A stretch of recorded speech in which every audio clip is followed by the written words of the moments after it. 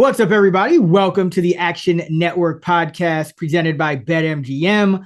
I'm your host, Chris Raybon, and this is our NFC training camp episode.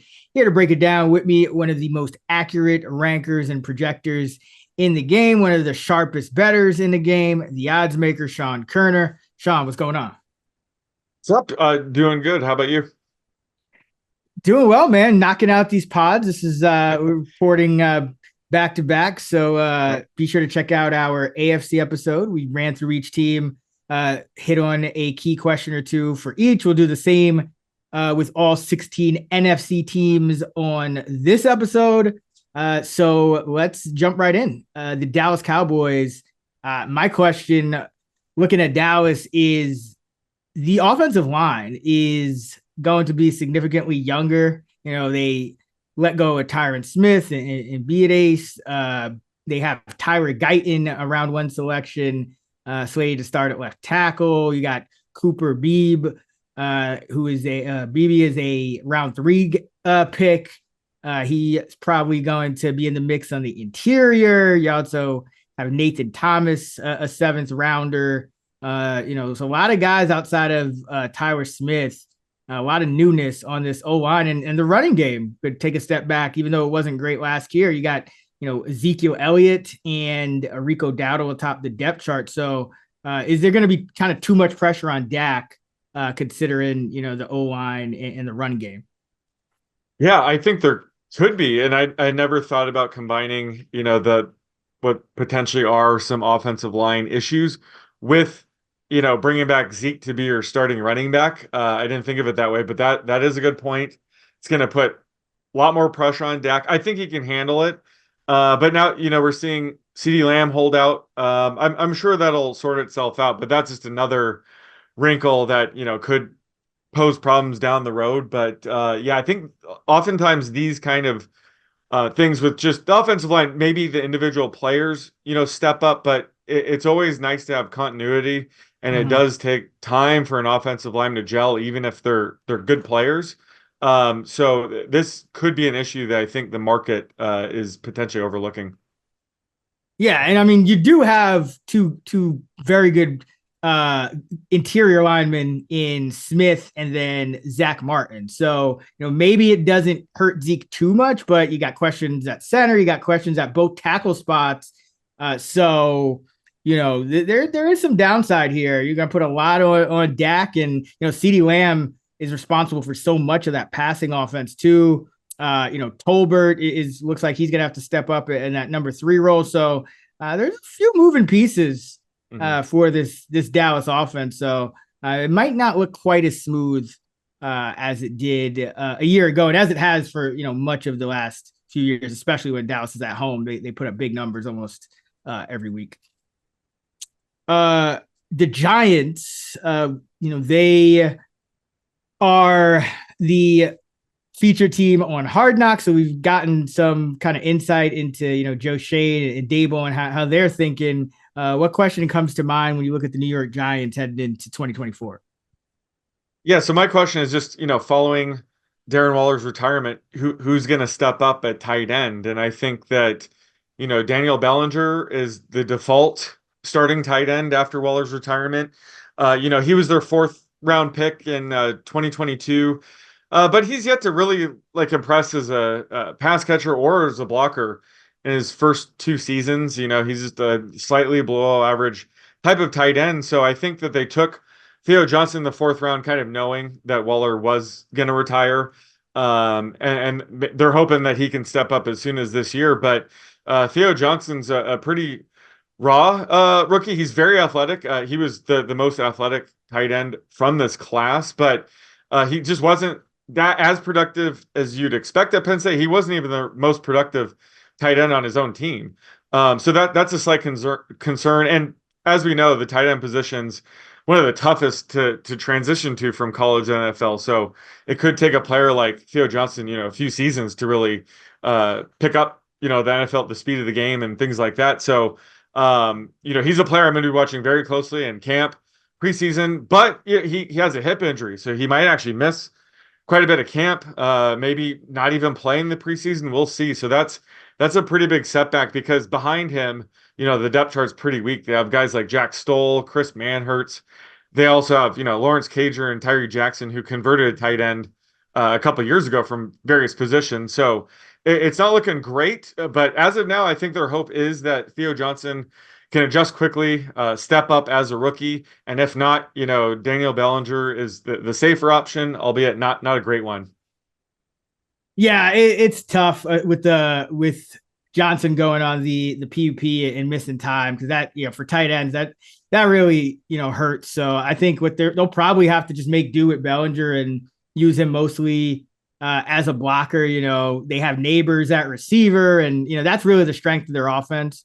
At this point, it's not a great receiving core, but Neighbors could kind of transform it. And compared to the offensive line, compared to pretty much any other position group on the offense, I think the receivers have the most upside. So that's probably what they'll feature. They kind of telegraphed that by, not re-signing Saquon Barkley. So yeah, I think it'll be Bellinger this year, just because, he's been, the guy, he's been involved since Dable took over.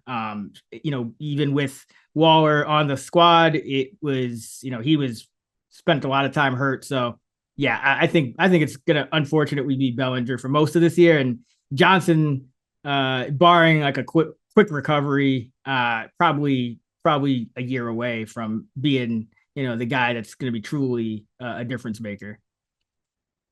The Washington Commanders, they changed coaching staffs here. Ron Rivera is finally out, and you have Cliff Kingsbury. I think that's interesting. He's the offensive coordinator for the Washington Commanders. So Dan Quinn, the head coach, he struggled at times at the end of his Atlanta tenure. So my question is, a lot of new pieces, but I think Jaden Daniels, can he be transformative for this offense under Kingsbury? Because if they hit on Daniels, everything else will kind of fall into place. I think he's a high upside prospect, has a ton of rushing upside. So maybe if he's not there quite yet as a passer, he could still lean on that. Kind of what we saw like Justin Fields in Chicago. He's kind of compared to Lamar Jackson. He does have, really good rushing upside, but I think that he's really hard to find a comp to. But I think that Deshaun Watson, when he was on the Texans, not the shitty version on the Browns we were talking about last pod, but when he was on the Texans, could be like his upside. He does have a pretty big arm, has more rushing upside than Watson did for the Texans. So I think he could, be a hit. He's by no means a slam dunk. But I think just given his rushing upside, it could overcome his shortcomings as a passer potentially as rookie. And I do like the pass catchers that they have surrounding him. Terry McLaurin's very good number one wide receiver. He has some, veteran tight end and Zach Ertz, who can help out. And, Austin Eckler is a good pass catcher out of the backfield. I think it will be critical for Jahan Dotson. I'm not sure what happened last year. It was a really disappointing season for him. He was a first round pick a couple years ago. If he could bounce back and have a good season, I think that's going to be part of what, helps elevate Daniels and the rest of this offense. But I think Daniels himself, could be a good fit here. And I think he has enough qualities to be a successful rookie quarterback. How good that is remains to be seen, but I think he does have a ton of upside. Yeah, and right now he's around 6-1 to win Rookie of the Year. Caleb Williams is, the odds-on favorite, but Jaden Daniels goes higher than Williams in a lot of fantasy drafts, especially on sites with the sharper ADPs. So that says, hey, he's going to put up a better statistical season. So I think Daniels is a nice Rookie of the Year pick, and any type of positive buzz in camp, I think that those odds will shorten. So that's something to look out for with Washington. But yeah, I'm bullish on Daniels. I think 40 touchdowns and 4 picks last year, throwing the ball over 1,100 yards, running the ball. He can do it all. So yep. It might take some time, but I do think he's better than a guy like Justin Fields. So I'm optimistic about Daniels. But now we have the Philadelphia Eagles. Things really started to come apart last year after that 10-1 start. The coaching staff seemed to be in flux. A lot of brain drain from the year before, with them going to the Super Bowl and getting their coordinators poached. But now you got Kellen Moore as the new offensive coordinator. No more Jason Kelce at center, though, but you do have Saquon Barkley. What are you thinking? And what is your question when it comes to the Philadelphia Eagles? Yeah, I'm gonna go with just will we see any changes to the tush push in 2024? And it's an infamous play formation that's become part of their identity, and in a good way. It had a 93% success rate last season. It's really become a cheat code that only the Eagles have been able to kind of figure out. I think the Colts it played around with it last year, but it does give the Eagles a sneaky advantage week in and week out. And I'm under the assumption that it's going to stay the same. It's going to be just as successful, and Jalen Hurts will be the main ball carrier. But there's some moving pieces here where we could see some potential changes to it. Who knows? But Jason Kelce, the center, is retired. He was a huge part of the tush push. They have a new offensive coordinator in Kellen Moore, and now they have one of the best running backs in the league in Saquon Barkley. So I'm just wondering if we could see some wrinkles, like Barkley becoming the main ball carrier, or maybe some variation. I think at one point they kind of experimented with like pitching it back to the running back, throwing defenses off guard even more. But I'm just wondering if Kellen Moore has any ideas of like varying it or just sticking with it because it's been so successful. But that's something that I've mentioned where if Barkley does start to see carries from that around the goal line, that's going to significantly impact how we project touchdowns for Jalen Hurts and Saquon Barkley. And it could end up being the same as it has the past few seasons, but it could be interesting to say the least if they do work in some sort of variation just based on the various factors that could cause something like that going into this season. Yeah, I mean, just given that they, so much turnover, on the coaching staff with Kellen Moore, or a big turnover with Kellen Moore coming in, I do think you'll see some wrinkles. And who knows? I mean, maybe they're just going to go away from it a little bit and just be play it more straight up with just hand the ball to Barkley. I mean, maybe when Kelce retired, that was part of the calculus for signing a guy like Barkley was, okay, we need a more powerful, back, and we need to take, we can't just keep ramming Hurts in there, especially without our all pro center. So I think that's another thing, just like the frequency of the tush push could go down as well, in addition to the wrinkles. The NFC West, let's hop over there. I'll start with the Niners, and I think the big question is, what's going to happen with Brandon Ayuk? Will he be traded? And if he is, how does that impact the offense? Pearsall, I mean, he was kind of pro ready, but I don't know how much upside he has, first round pick for the Niners this year at wide receiver out of Florida. What do you think about Ayuk and how this is all going to sort itself out? This is fascinating, especially if it happens. You mentioned Pearsall. He just picked up a hamstring injury, so maybe that does impact, pump the brakes on this. But from what I've heard, and correct me if I'm wrong, that like the two most likely teams would be the Steelers and Commanders for Ayuk to end up. Yes, yeah, I think I think I've heard that as well. I think the Commanders are a lot more intriguing because you have rookie quarterback in Daniels. Steelers, I mean, we kind of know what they are and what Wilson and Fields are for the most part. So, but I mean that could significantly impact the Niners' pass efficiency. I mean, Brock Purdy has been a 9 yard per attempt quarterback since he took over the starting role. But you look at Ayuk last year, 12.8 yards per target, 17.9 yards per catch on 75 catches. And I mean, he made some amazing catches last year, averaged 84 yards per game. So, you still have Debo, you still have Kittle, but McCaffrey. I mean, and McCaffrey. Right. So, but it would be I don't think you'd be quite as efficient because, two of those three, really all three of those guys, they're better when you throw the ball to them underneath, and then they'll make things happen after the catch. And Shanahan's great at kind of scheming that stuff up. But Ayuk was their top intermediate deep to deep threat. So I do, and Pearsall is not the same kind of receiver. So I do think you would see a significant downgrade in terms of their yards per attempt and efficiency and whatnot if Ayuk was to move on. Yeah.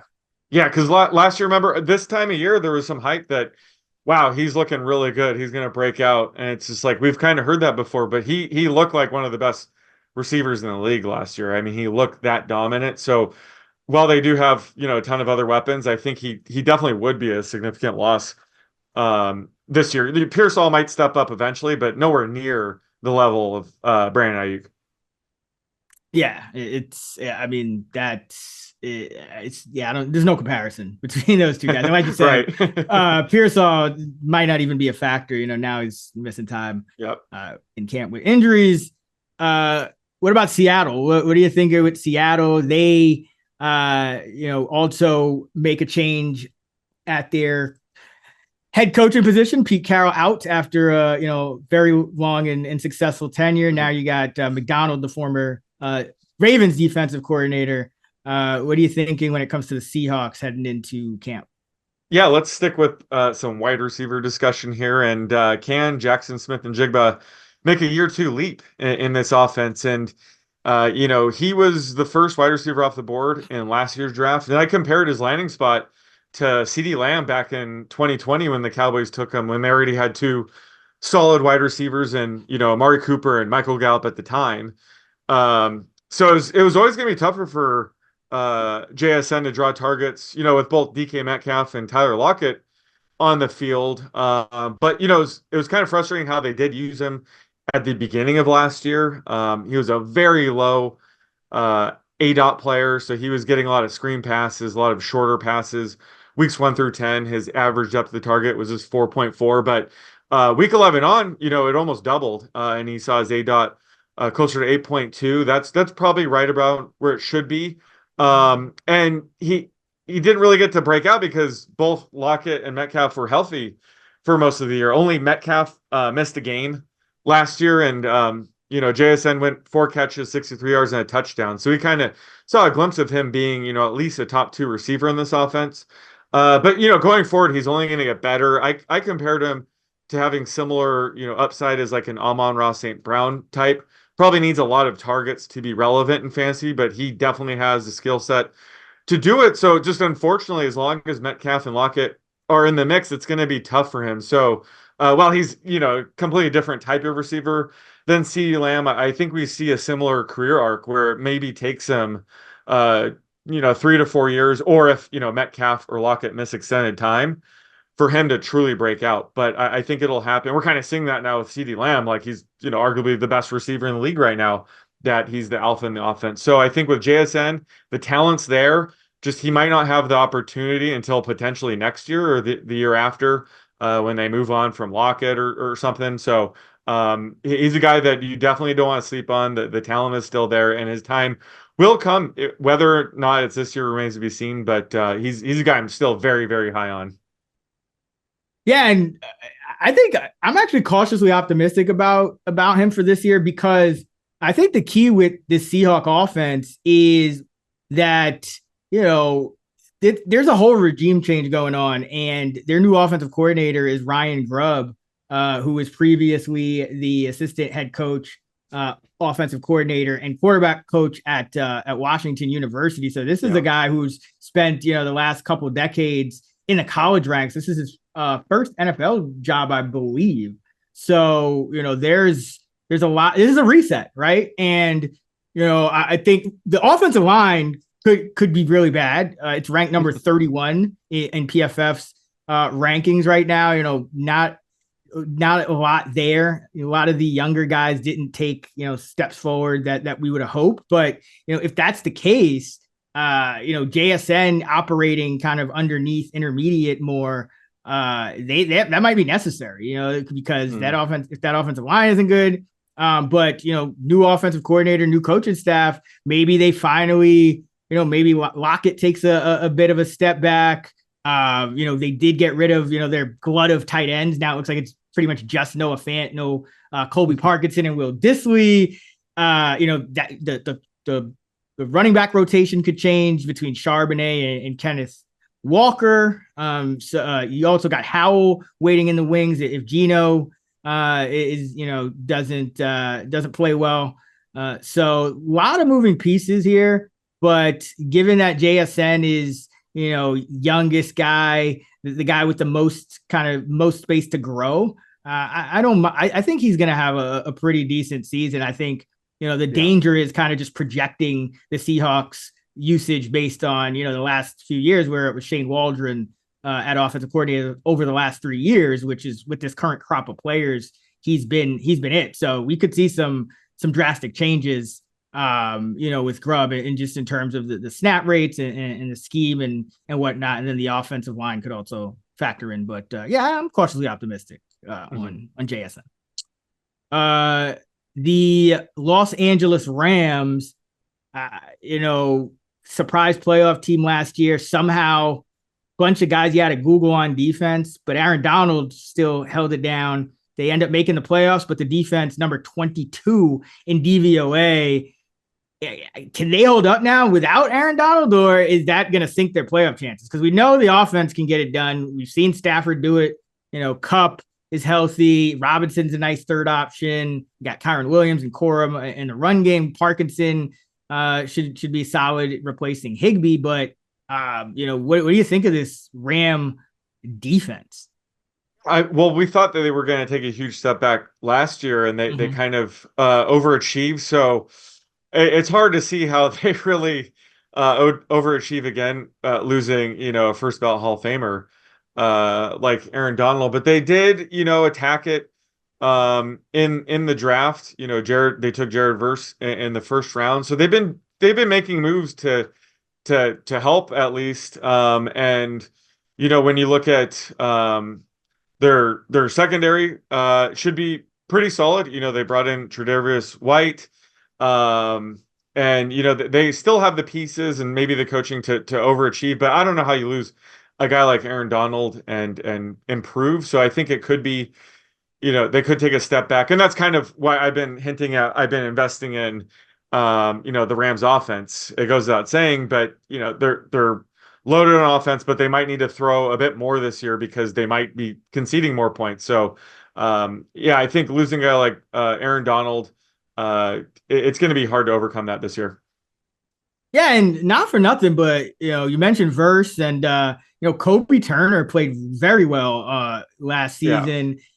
Even as did Bobby Brown, a 4th round pick from 2021. But how much of that was aided by the presence of Donald, because he makes life easier for everyone else. So that's kind of what I'm going to be watching. Just what are the reports? Defense is usually ahead of the offenses, in camp. So are we going to see that? Because this is a good offense, or is the offense going to kind of be getting the best of them? Because if Turner can play as well as he played last year, if Brown can play as well as he played, and then you add Verse to that mix, Cam Curl at safety, I like him. They got him from Washington. You mentioned that the cornerback group could be solid, so it could be a solid defense, but a lot. It's really depends on that offensive line and how they play. I mean, excuse me, that defensive line and how they play without Donald. So that's what we got to watch for. The Arizona Cardinals, they are in year 2 of this Jonathan Gannon regime. They retooled it on offense. Defense still looking shaky, but what are you kind of wondering about with this Cardinals? What are you watching for them heading into preseason? Yeah. So I'm wondering if Paris Johnson Jr. will break out in year 2, sliding back over to left tackle.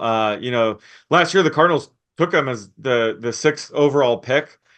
He played left tackle at Ohio State, but they already had DJ Humphries. So, they plugged him in at right tackle. He played there for every single one of his 1,129 snaps last year. And he did okay. He graded as the 59th tackle out of 85 on PFF, which, rookie offensive linemen don't always hit. He did allow the most pressures on the team at 42. But again, they released Humphries, they signed Jonah Williams to play right tackle, so they're sliding Paris back to his traditional position at left tackle. So I'm hoping he makes the year 2 leap. We were kind of expecting this. His rookie season might be hit or miss just due to the position change. It's just funny how that works. These guys, they really train to be blocking from guys coming a certain angle, so it can cause injuries, a lack of production. So I'm just really curious to see if Paris Johnson, very talented offensive lineman, can really break out and become one of the top left tackles in year two at his his home position.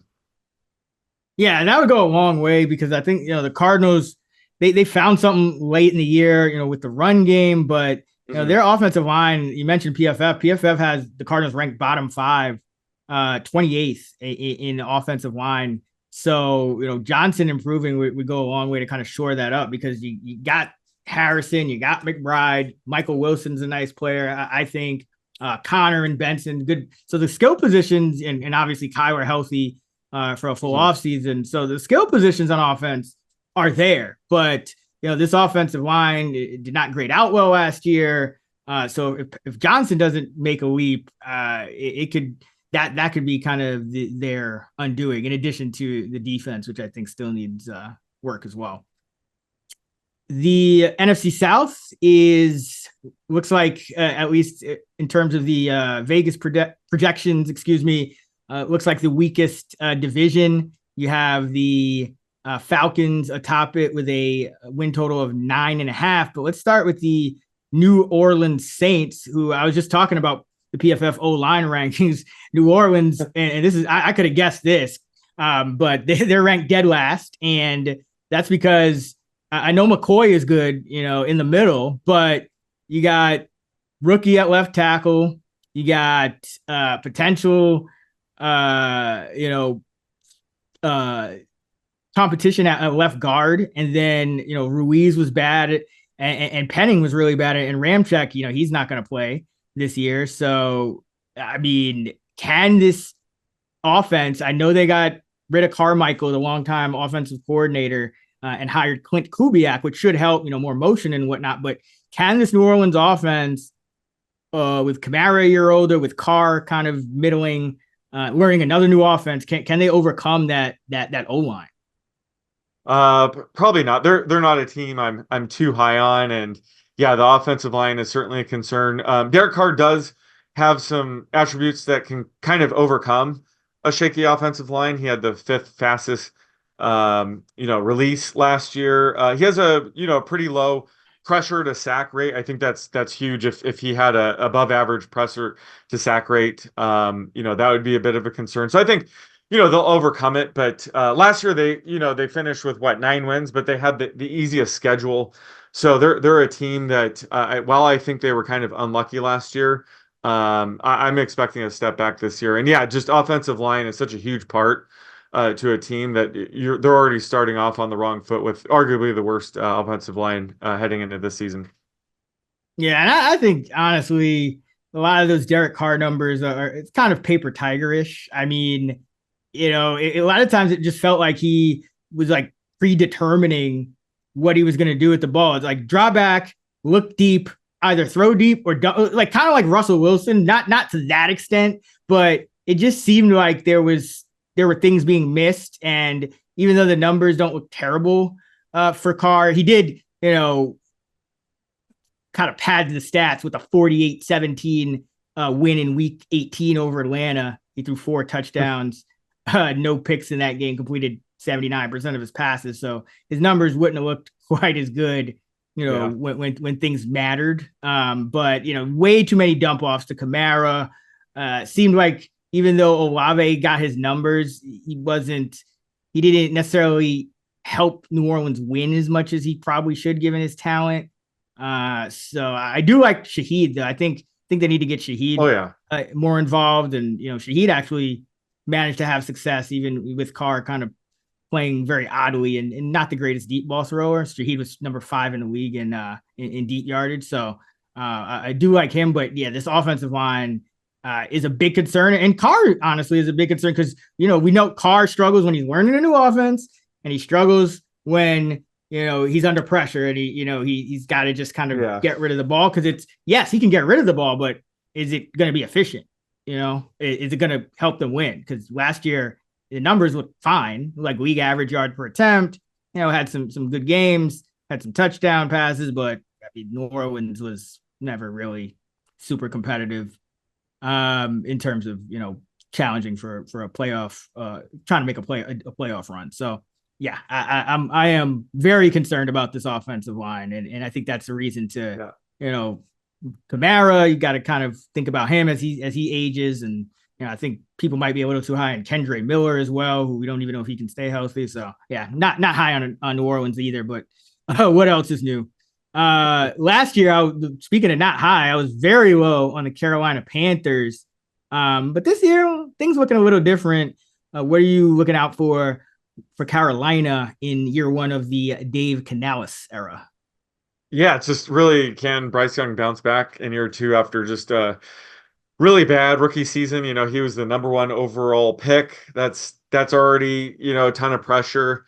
CJ Stroud had an amazing season, so just really bad year for Bryce Young. And obviously he deserves a lot of the blame, but he didn't have a great supporting cast. Had to endure his head coach Frank Reich getting fired during the season.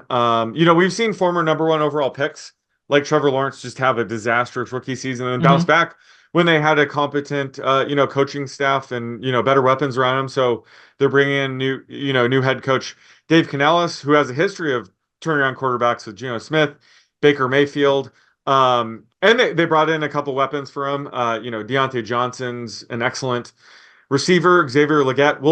We'll see how he looks, but I think it was a pretty good pick in the first round. But they're at least trying to give him some weapons. Jonathan Brooks was my favorite running back of this class. I don't know how healthy he'll be this year, but Bryce just has a much better supporting cast. So this is really a make or break year for him just to show some sort of improvement. He doesn't need to become like a top 10 quarterback, but he just needs to show some improvement because he's running out of excuses just based on the situation heading into this year.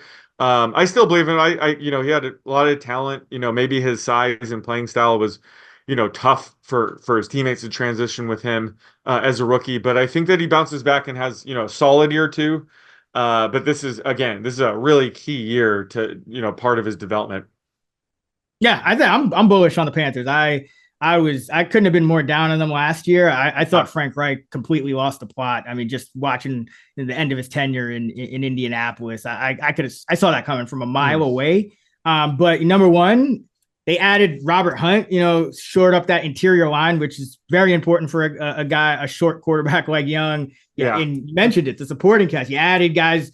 Deontay Johnson can actually get open. He's one of the best route runners in the league. Legette, I know he's struggling with some injuries, but if he can get on the field, I think he should be better than Mingo from day one. And Thielen was a 1,000-yard receiver last year. He's up there in age, but as a third option or something like that, I think he's solid veteran presence. Brooks, Jatavian Sanders at tight end, and then Canales, who career year from Geno, career year from Baker Mayfield, back to back, and then Geno kind of fell off a little bit once Canales moved on. So yeah, I'm bullish on the Panthers. They're 11-1 to win the division. I love that bet. You usually see one last the first team every year, just over one per year. I think they get over their win total. They have that last place schedule, so I think there's a lot to like, and a weak division. I mean, they can beat the Saints on the road. They can beat the Falcons on the road. They can beat the Bucks on the road. So I think this Panther team.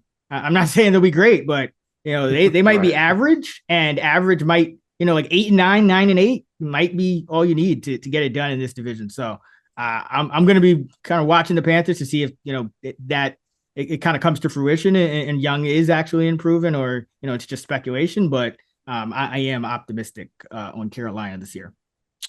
The Atlanta Falcons. I think the big question for them is, how explosive can this offense be now that Arthur Smith is gone? Zach Robinson takes over at offensive coordinator, and of course Kirk Cousins was acquired to play quarterback. He's coming off an Achilles, but the lot of weapons: Bijan, London, Pitts, Mooney, and more. Rondale Moore from Arizona. So pretty solid receiving core and skill position group all the way around, and they have a top 10 offensive line as well. So how explosive do you think that this Falcon offense can be, given that Cousins is, coming off an injury and learning a new system and getting up there in age. But I mean, on paper, it looks pretty good.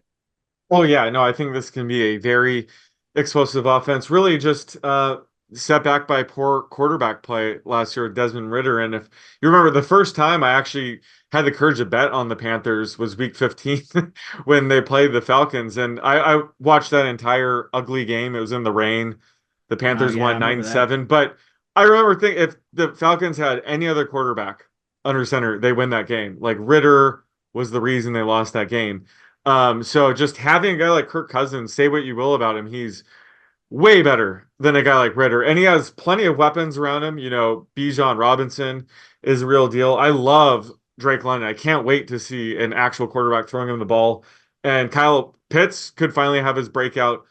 So I can't wait to see how this offense looks with the new coordinator and with a competent quarterback like Cousins under center. And his Achilles is something to watch during training camp, but he's not the type of quarterback that really uses legs, to buy time or to scramble or anything like that. So I think that he has a solid chance to regain his form even after a devastating injury like that. But I think in this offense, like he's going to raise everyone's ceiling around him, which I can't wait to see for fantasy and real life purposes.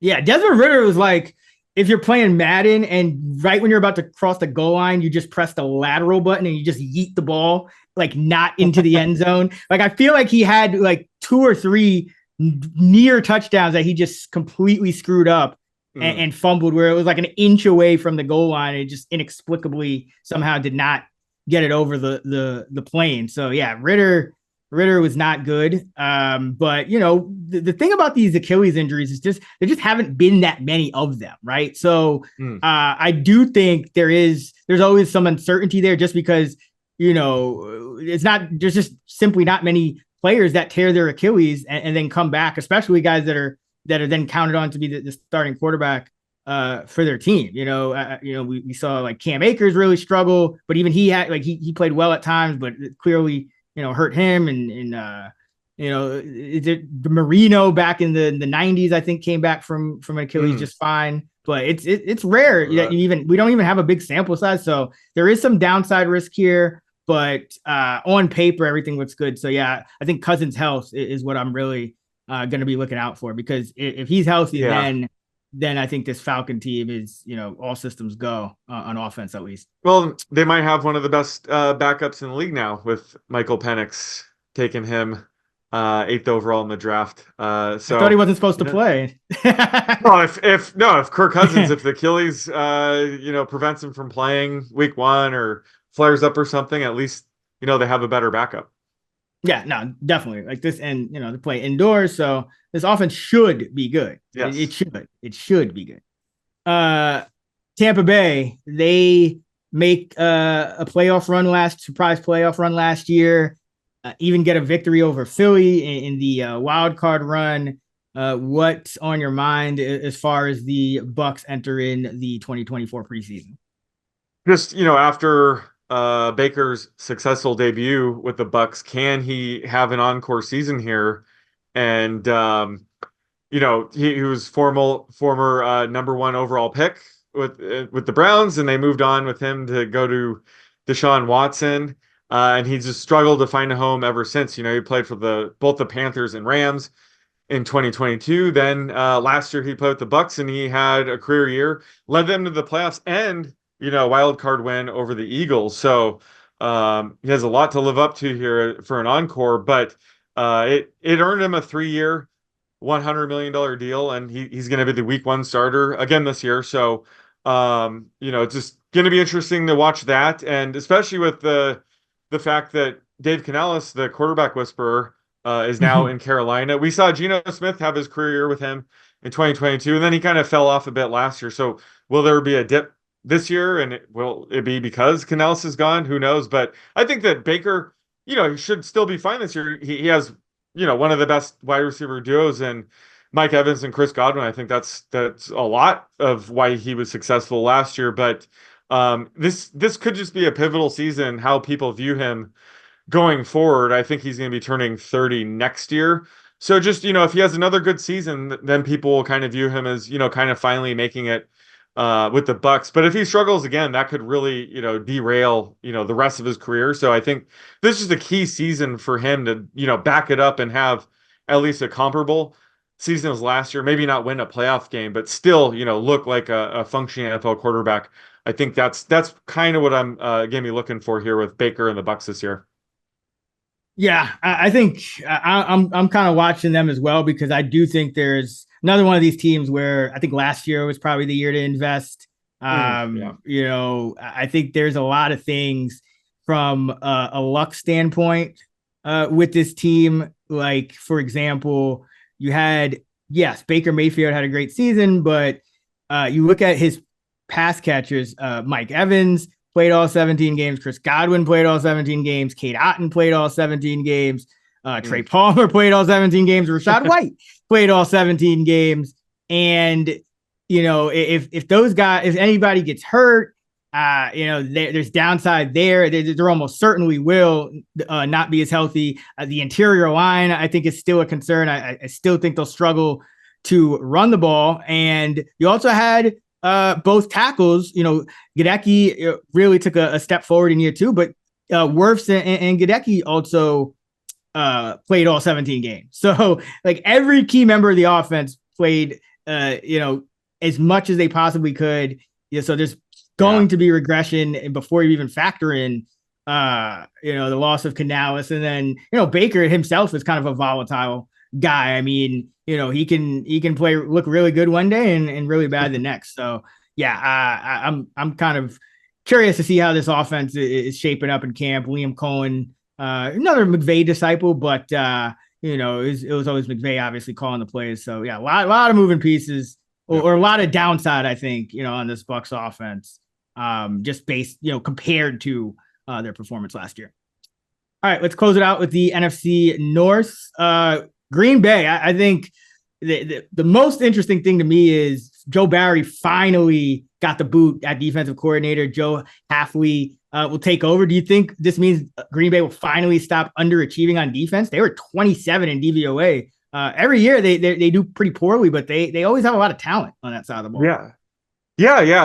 I was gonna say they have, I would say, above average talent. So it has been kind of weird for them to be underachieving, so much. Rashawn Gary has really turned into a stud, and they have Jerry Alexander.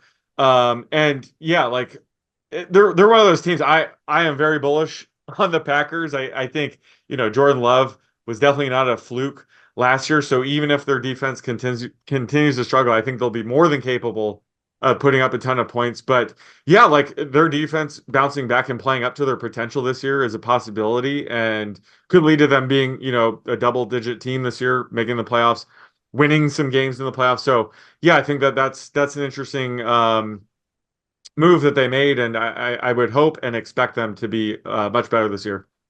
Yeah, they finally stopped playing prevent defense on rundowns. It's like, let's line up everyone 5 yards back from the line of scrimmage and let Quay Walker try to make every single tackle. Like, it's just, I mean, Joe Barry, he should have been gone well before this. But you got Jair Alexander, you got McKinney from the Giants at safety. You mentioned Gary, like there's talent all over Smith. So yeah, I'm cautiously optimistic. I think the offense will be fine. We know they got talent there. Maybe some things to iron out on the line, but there's talent there. But if the defense can make a jump, that the Packers will be very, very serious contenders, and they were already in the mix last year. So Minnesota, we just mentioned Cousins. They lose Cousins after, he gets hurt mid-season. They draft J.J. McCarthy out of Michigan, also sign Sam Darnold. What are you watching with the Vikings heading into the preseason?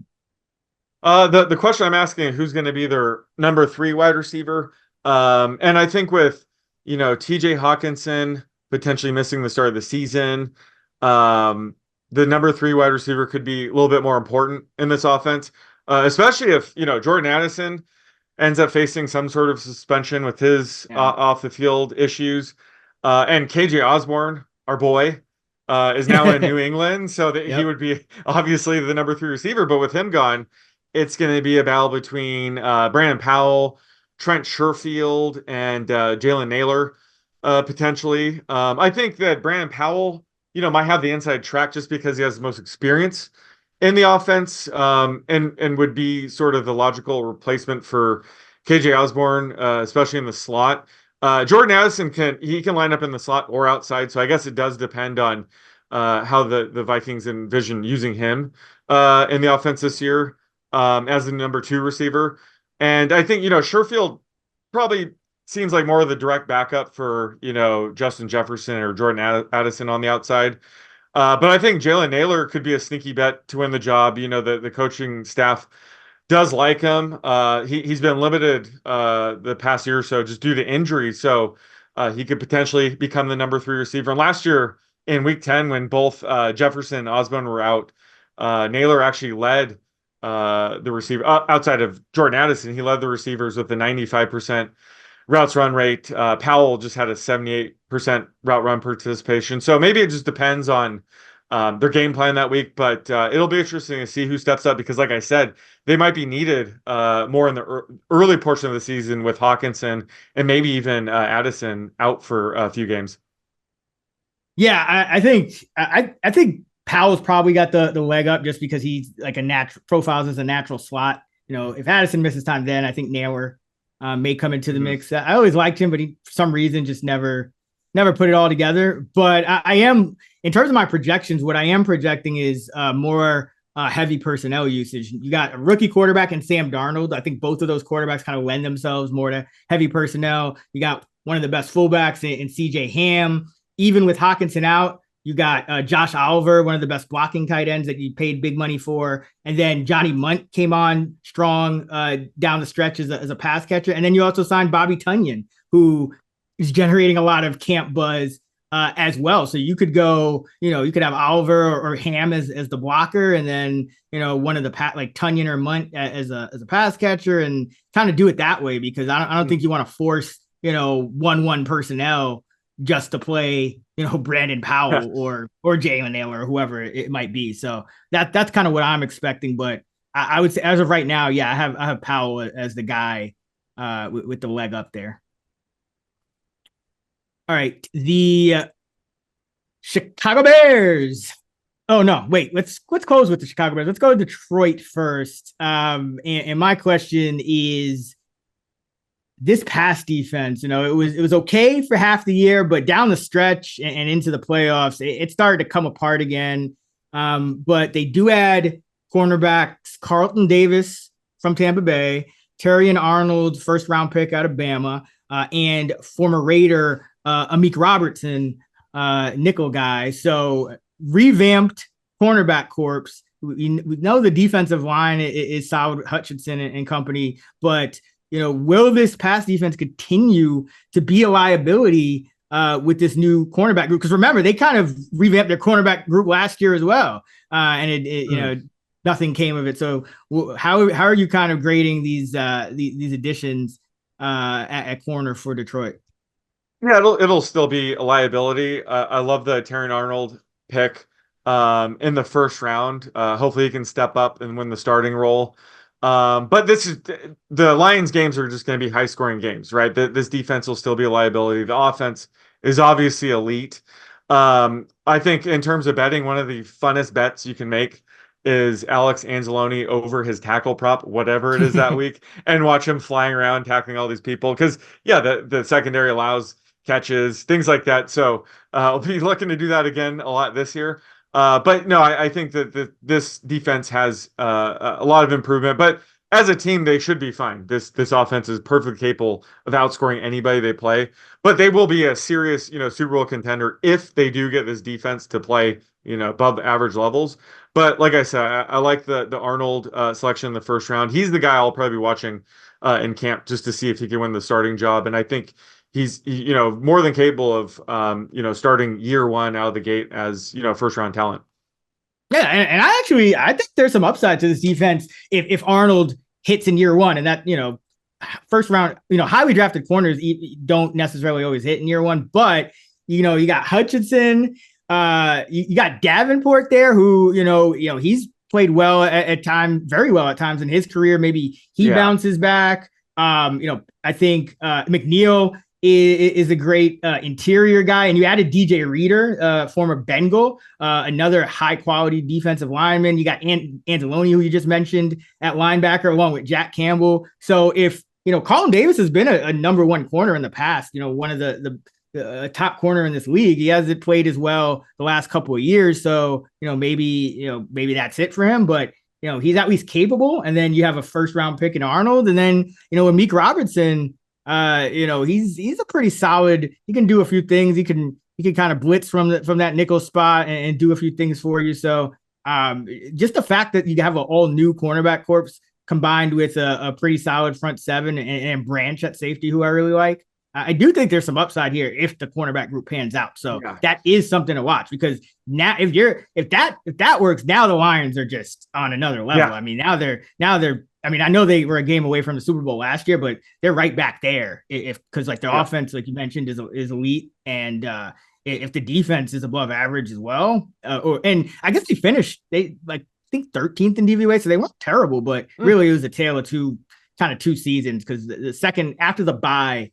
Like I said, the pass defense really came apart and allowing a lot of big yardage games. But yeah, I'm going to be watching closely, because I do think there's some upside here. Yeah. Reader was a good call. Like, he'll shore up the run defense. And I think, like you mentioned, I think that's a good point. Like Davenport, if he stays healthy, if he returns to form of like his 2021 season, that'll like really unlock Aiden Hutchinson's potential, because he was double teamed a lot last year, which, hurt his stat line. But if they can get another competent edge rusher like Davenport, that'll really unlock Hutchinson. Then this defense could be really good.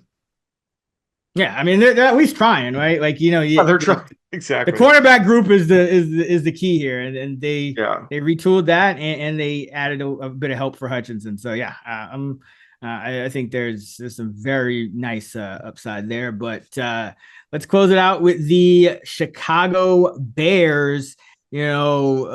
Very buzzy team, with Caleb Williams drafted number 1 overall, and then going Rome Odunze. So just really stacking that offense. And of course, Keenan Allen in free, from the Chargers. So really stacking up that offense. What are you looking at when it comes to the Bears heading into the preseason? Just will Caleb Williams be the quarterback the Bears have been waiting for? They really had everything come together the past couple of years to set up this season specifically. They traded away the number 1 overall pick last year. They got DJ Moore and some picks, which turned out to be the number 1 overall pick this year. So they were able to land, one of the top quarterback prospects in several years in Caleb Williams, while also getting a potentially elite wide receiver in Rome Odunze at 9th overall. And they brought in your boy Keenan Allen, who's just a dream wide receiver to have for a rookie quarterback. He's always open. He's an excellent security blanket, just the perfect type of veteran receiver you can have, paired up with a rookie receiver. Oh, and they still, they have DJ Moore. They got him with the trade last year. So he's just entering an ideal situation for rookie.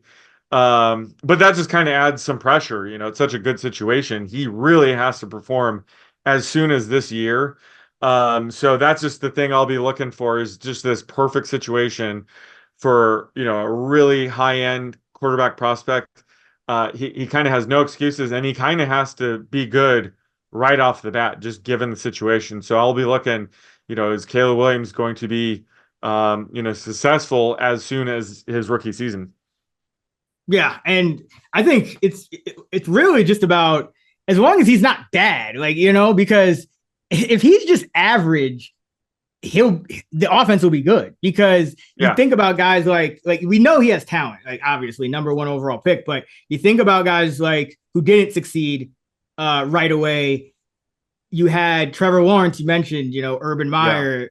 You had Tua didn't get Tyreek Hill until his second or third year. You had Joe Burrow didn't even get Jamar Chase till his second year, and he had an injury in year 1. So, but once those guys got kind of their elite receiver, Josh Allen with with Stephon Diggs, or was it John Brown before that? Once these guys get upgraded supporting cast. It was when those highly drafted quarterbacks start to take off, and so when you look at the supporting cast at a lot of these other highly drafted quarterbacks, by virtue of them being a highly drafted quarterback, their team didn't necessarily have the resources to build a stacked offense like that for them in year one. Whereas because the Bears were able to fleece the Panthers and then trade Fields as well, they had so many assets that they were able to build this offense where, I mean, guys are going to be running open all over the field. Guys are going to be able to create after the catch. Guys are going to be able to win contested catches. I mean, they have it all. Tight end Komet broke out last year. You added Everett, who's a good pass catcher. The line is pretty solid. So as long as Williams is not flat out just a disaster, like if he's just an average, like if he's just Trevor Lawrence-ish, or even a little worse, but with this year one Trevor Lawrence or even year one Trevor Lawrence would probably be like an average quarterback with this supporting cast. Yeah. So I mean, Trevor Lawrence, what was he throwing to? Like, I don't know. It was Marvin Jones in year one, or I don't even remember who it was. But Chark for a few games. Jamal Agnew. Chark. Yeah, exactly. Laviska Shenault. Yeah, night and day. So I have no concerns about Williams. I still think value-wise, the better bet for like rookie of the year and things like that, and fantasy best ball, is Daniels, just because that rushing upside is very tantalizing. But Caleb Williams he's too big to fail. Like it's as long as he is as long as his arm is functional and the ball comes out of his hands and goes in the air and travels toward people on the Chicago Bears who are designated, who are in routes, that offense will be fine. So yeah, Bears players, not the other team. If he's throwing to the other team, that's bad. But I take your point. Yeah, and I mean unless he's just has a penchant for picks, that's the only real thing that he likes to fit in there. He likes to take gambles, so maybe he's a sneaky most interceptions bet. Because he is pretty aggressive when he's throwing it downfield. Yeah, but I mean hey, if he wants to check it down, or if he wants to look underneath, he's still got Keenan Allen and Komet and Swift, and when he goes downfield, he'll have Moore and Odunze. So like it's tough. It's tough to see this going too poorly. I know the history of Bears quarterbacks isn't good, but I think he'll buck the trend. All right, this was a good one. That wraps it up. All 16 teams of the NFC. Remember, our AFC episode is already out, so be sure to check that out as well. And also check out the Fantasy Flex podcast if you want to hear more of Sean and I talking specifically about fantasy. Also, fantasylabs.com is where all of our fantasy content will live this year. And stay tuned. We'll keep it going with content all throughout the offseason, getting you ready to bet and to make your fantasy picks, and including betting on the NFL preseason. So stay tuned for that. This has been the Action Network podcast presented by BetMGM. Until next time, let's get this money.